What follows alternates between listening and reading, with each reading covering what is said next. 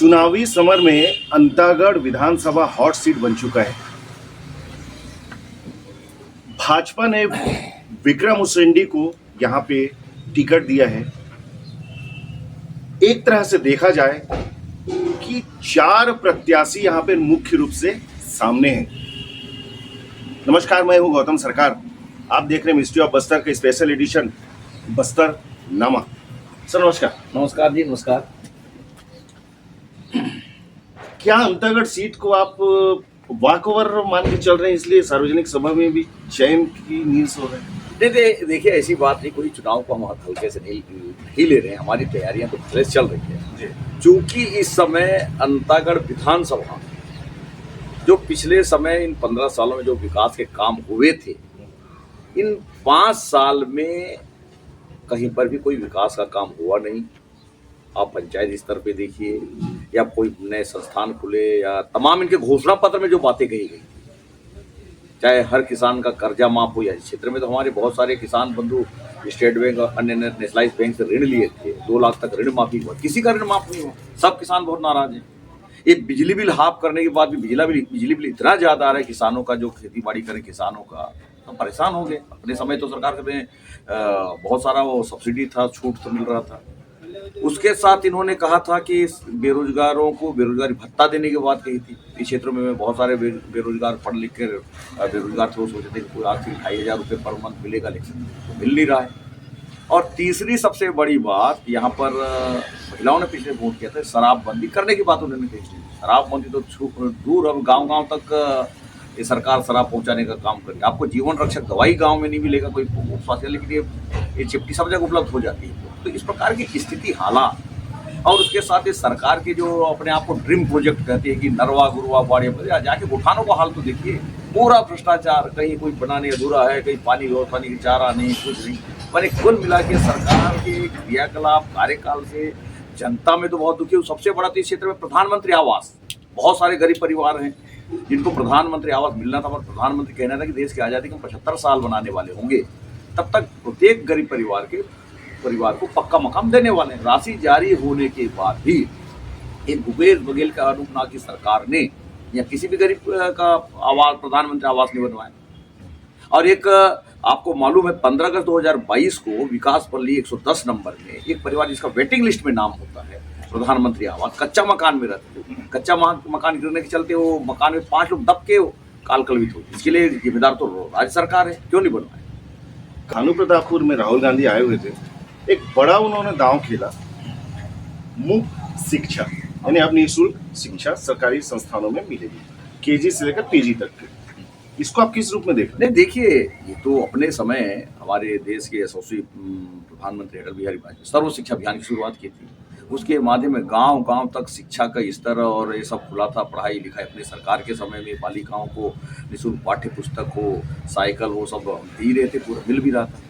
उसके साथ मैं एक चीज़ बताना चाहूँगा कि हम 15 साल में इस क्षेत्र में करीबन 30 हायर सेकेंडरी स्कूल, 40 और हाई स्कूल हमने खोले हैं। बहुत जगह प्राथमिक शाला, माध्यमिक शाला सब खोले, लेकिन ये 5 साल में एक भी कहीं पर एक प्राथमिक से लेके हायर सेकेंडरी स्कूल तक एक भी सरकार ने, भूपेश बघेल की सरकार ने नहीं खोला है। ना आश्रम, ना छात्रावास, ना प्री मैट्रिक, ना पोस्ट मैट्रिक, कुछ भी नहीं किया। दूसरा कौन विश्वास करेगा? आत्मानंद स्कूल तो हमारे जो स्कूल थे, high school, higher secondary school, उसका वो यूनियन कर उसी में किए हैं। उसमें भी भारी भ्रष्टाचार। आप जाते जाते देखिए, हारंगढ़ आपके काफी पखांजूर के बीच है, 1 करोड़ 75 लाख डीएमएफ फंड से उन्होंने खर्च किया। वो पहले बरसात में पानी टपक रहा है, पूरा जर्जर। तो इस प्रकार के भारी भ्रष्टाचार, अनियमितता जो काम भी हुए हैं उसमें इस सरकार में हुआ है। राहुल गांधी ने एक बात और कही कि आदिवासी और वनवासी ये 2 अलग अलग मानते हैं। आदिवासी का डेफिनेशन कुछ और है और वनवासी का डेफिनेशन कुछ और कर रहे हैं। आप क्या देखिए, आदिवासी वन क्षेत्र में हम तो वनवासी कहते हैं, आदिवासी भी हैं, जंगल और इसमें रह रहे हैं। ट्राइबलों को बहुत सारा राइट्स हैं, मिल रहा है, बिल्कुल। इसके लिए हमारी सरकार ने प्रतिबद्ध। हमने ट्राइबलों के बारे में सबसे ज़्यादा काम तो हमारी सरकार ने किया है। हमने हमारी सरकार के समय आप देखिए, नीचे ऊपर तक हमारे सरकार ने राज्यपाल, राष्ट्रपति और तमाम पदों तक हमने महिला राष्ट्रपति को ऊंचाई बनाए। यही कांग्रेस वाले बोलते भर करते कुछ नहीं। और दूसरी बात आपने कहा, राहुल गांधी ने ये कहा होगा, यहाँ तो आपके 2018 में और खांजूर में सभा में भी कहा था, 1 से 10 तक गिनती कह के गई थी कि अगर 10 दिन के अंदर सबका हम कर्ज माफ करेंगे। बिजली बिल को हाफ करेंगे। अगर आप हमारे मुख्यमंत्री कोई बनता है, अगर नहीं बने उसको मैं हटा दूंगा। इस तक तो 10 मुख्यमंत्री बदल जाती है सरकार में। उस पर क्यों कांग्रेस के घोषणा पत्र तो आ गई, आप लोगों का घोषणा पत्र आएगा हमारी घोषणा पत्र, कांग्रेस के घोषणा पत्र ज्यादा बेहतर होगा, अच्छा होगा और सभी चीजों को हम समावेश कर रहे हैं। हफ्ता भर बचा है चुनाव में, हफ्ता भर बजे, उसके बाद ही हमारा घोषणा पत्र, ये धान की बात है, उससे बेहतर हम देंगे और भी चीजों को हम समावेश करेंगे और जन भावना के अनुसार जो चर्चा करके घोषणा पत्र बनाया गया तो बेहतर होगा। और कांग्रेस अपने घोषणा पत्र में जो बात की थी उसका क्रियान्वयन ही नहीं किए तो उनका कौन विश्वास करेगा। तुम सरकार सत्ता में 5 साल का समय होता है, यहाँ आपके तत्कालीन राष्ट्रीय अध्यक्ष राहुल गांधी आते हैं, यहाँ पर तमाम घोषणा करके जाते हैं, तो उनका क्रियान्वयन नहीं हो पाए तो जनता तो समझ गई है इनके आने से क्या होगा, कुछ नहीं होने वाला नहीं। कांग्रेस जातिगत जनगणना कराना चाहती है, आप क्या कहें? देखिए, इसे राष्ट्रीय स्तर पर की जनगणना होती है, केंद्र के माध्यम होती है, क्योंकि कोरोना काल के चलते मामला पेंडिंग था, वो होगा, उसमें कोई बड़ी बात थोड़ी है उसमें। आप यहाँ पे विधायक रहे, सांसद रहे, मंत्री रहे, संगठन के भी विभिन्न पदों का आपने शोभायमान किया है। अब अंतागढ़ का चुनाव जो आप फाइट कर रहे हैं, तो इसमें ऐसा विशेष क्या करना चाहेंगे जो इसके पहले नहीं हुआ? नहीं, देखिए, विशेष तो ये है कि इस क्षेत्र में जितने भी बहुत सारे काम हम बिजली के क्षेत्र में देखो, इस क्षेत्र में वोल्टेज की समस्या रहती थी पहले। यहाँ 5 से 6 33/11 के पावर सब स्टेशनों का निर्माण हुआ, 132/33 के का स्टेशन निर्माण हुआ, जिसके चलते वोल्टेज की समस्या, किसान अच्छी खेती बाड़ी करते हैं, बच्चों पढ़ाई का सब चीज़ों का समझिएगा आप 5 साल में कई डिमांड एक भी ये नहीं किए। पुलियों का बड़ा बड़ा निर्माण हुआ। आप आते समय देखे होंगे बड़गांव में उस बरसात का सबसे परेशानी होता था, नीचे तो उसको बड़ा पुल का निर्माण हो गया, प्रतापपुर में बड़ा निर्माण सेतु निगम का, घोड़ा गांव, बारदा, गोंडाहूर, आपका 81 नंबर, ऐसे तमाम बड़े पुलों का निर्माण भारतीय जनता पार्टी के शासनकाल में हुआ। और इस विधानसभा में का बात करो, ट्रेन भी हमारे मोदी जी के शासनकाल में अंतागढ़ ताड़ू तक पहुंचे, वो चल रही ट्रेन तक। और इस सरकार का आप देखिए तो जितने करीबन इस विकास खंड में या इस हम तहसील की बात करें, पखांजूर तहसील में 111 प्रधानमंत्री सड़क हमने बनवाए हैं, गांव-गांव तो जोड़ने के 500 से आबादी से लेके 300, 200, 100 तक की आबादी। आपके अंतागढ़ में 101 प्रधानमंत्री सड़क बने, लेकिन 5 साल बाद उसको मेंटेनेंस करने का, उसको रखरखाव करने का राज्य सरकार का अधिकार कुछ भी नहीं कर पा रही।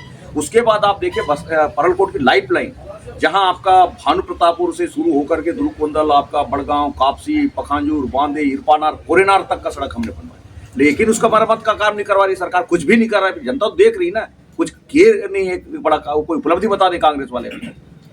अच्छा, मंतूराम पवार कांग्रेस का वोट काट रहे हैं, अनूप नाग जी कांग्रेस का वोट काट रहे हैं, आप इसको लेके एकदम निश्चिंत हैं? हमारी तैयारियां पूरी चली, कौन किसका वोट काटने की ये बात नहीं है। हम इस क्षेत्र के अंदर अनूप नाग को 5 साल देख चुकी है, उनके घोषणा पत्र बहुत सारे वादे, उन्होंने स्वयं का भी घोषणा पत्र जारी किया था। वैट टैक्स कम करने के बाद तमाम गाँव में बेरोजगारी रोजगारों को अवसर देने के बाद, तब बहुत सारे मुद्दे थे घोषणा पत्र। अनूप उसके साथ यहाँ मंतूराम पवार को भी जनता दी, 1998 से 2003 तक वो भी विधायक थे। उस समय पूछिएगा वो क्या क्या काम किए। विभिन्न दलों के विभिन्न पदों में रहे ऐसे नेता जिनका राष्ट्रीय स्तर के पार्टी ने टिकट दिया, उसको छोड़कर गए, उस पर जनता क्या विश्वास करे। ऐसे भी निर्दलियों का इस क्षेत्र में कोई जनता उनको पसंद नहीं करी, जो कि राष्ट्रीय स्तर की पार्टी उस पर जनता विश्वास करे। भारतीय जनता पार्टी के पक्ष में जबरदस्त वातावरण है, चर्चा है जनमानस में। कुछ जगह तो मैं कहता हूँ ये निर्दलियों के एक भी वोट नहीं मिले कुछ गाँव में, ये भी इस बात को स्पष्ट करना है। काफी बड़ा दावा है। विक्रम उसेंडी कितने मतों से जीत रहे हैं? देखिए, इस बात को देखकर क्षेत्र की जनता जिस प्रकार दौरा किया हूँ, जनमानस गए है, इस क्षेत्र की जनता जितने में अपने चुनाव लड़े उसके मुकाबले में भारी मतों से जिताने वाली है। आपने देखा बेबाकी से विक्रम उसेंडी ने अपनी सीट के लिए जीत का दावा किया है, हम उनको शुभकामनाएं देते हैं। आप देखते रहिए मिस्ट्री ऑफ बस्तर का स्पेशल एडिशन बस्तरनामा। अगली बार फिर हम किसी नए शख्स के साथ बहुत जल्द आपसे मुलाकात करेंगे, तब तक के लिए धन्यवाद।